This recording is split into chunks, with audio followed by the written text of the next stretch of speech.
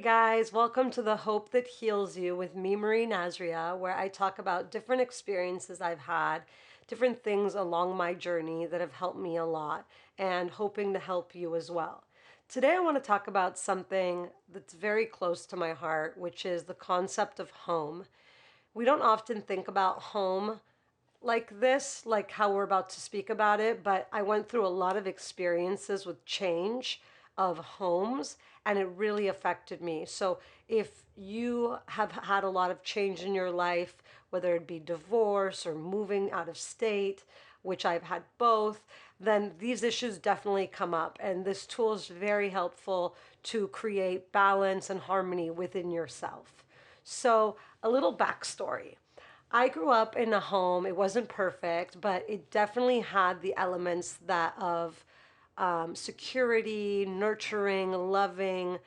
Definitely felt safe at home, and I didn't realize that that would go away at some point. I felt that, my father would live forever and he would have a home and I would always have a place to go if, something went wrong, etc.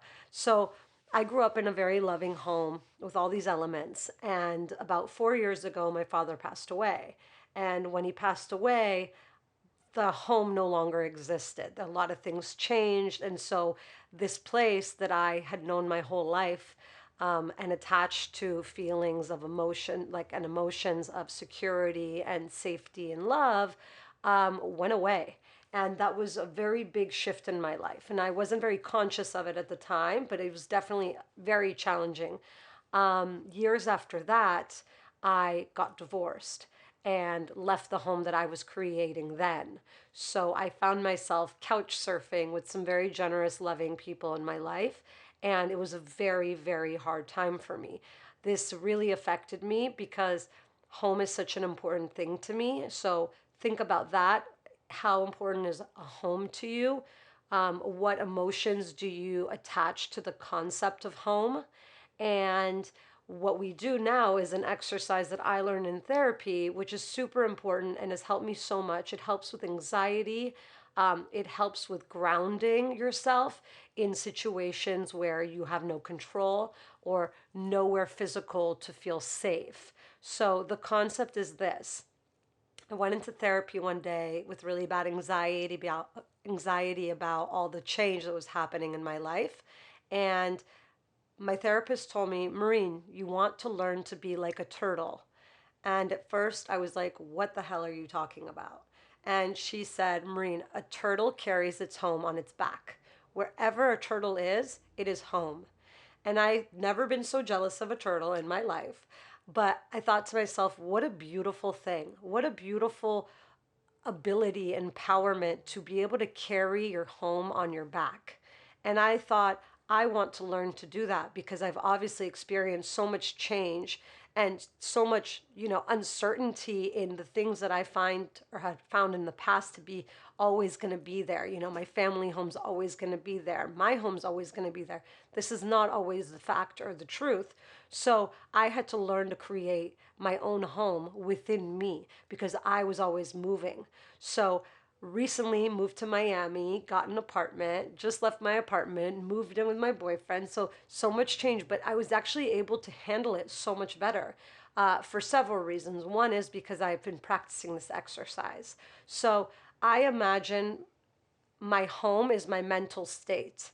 I create a very safe, nurturing environment within myself.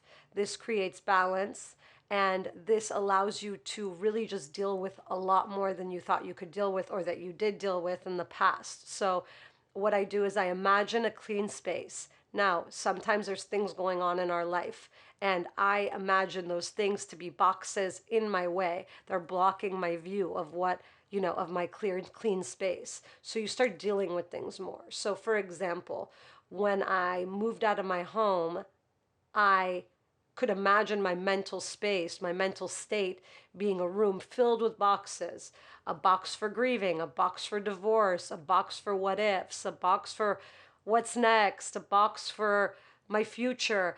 And what I had to do was actually go in and do the work. So I'd open a box. Okay, I want to deal with this. I want to heal from this. And slowly but surely, I started dealing with it and healing. Imagine your physical space. If you had a box in front of your door all the time, it would be very annoying. You'd kind of either want to push it to the side or open the box, clear it out, and then get rid of it.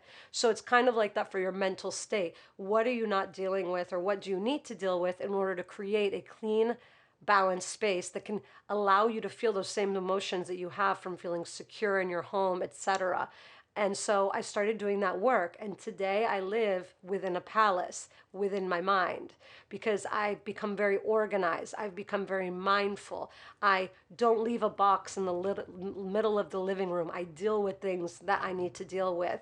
If something comes up in my life, I immediately imagine I need to open that box. I need to clear it out. I need to figure out what it is. I need to work on that. I need to heal from that. And then I can get rid of that box. So I invite you to try this. If you have something in your life that isn't working or it's very challenging for you, then you need to deal with it. You need to imagine opening the box.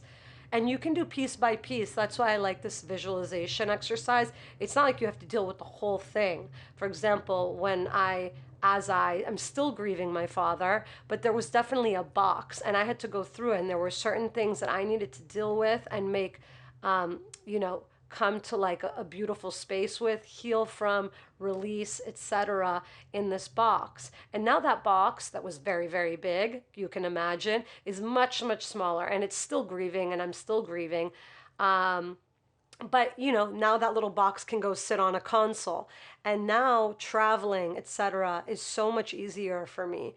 Again, also traveling was really challenging for me because I wasn't home, and it feels a little bit like you're you know unfamiliar with, you're scared of things. And at least this was my experience. It was uncomfortable a little bit travel sometimes for me because I didn't know where I was, and my point of reference was always my home. So how important is your physical home to you? What does it mean to you?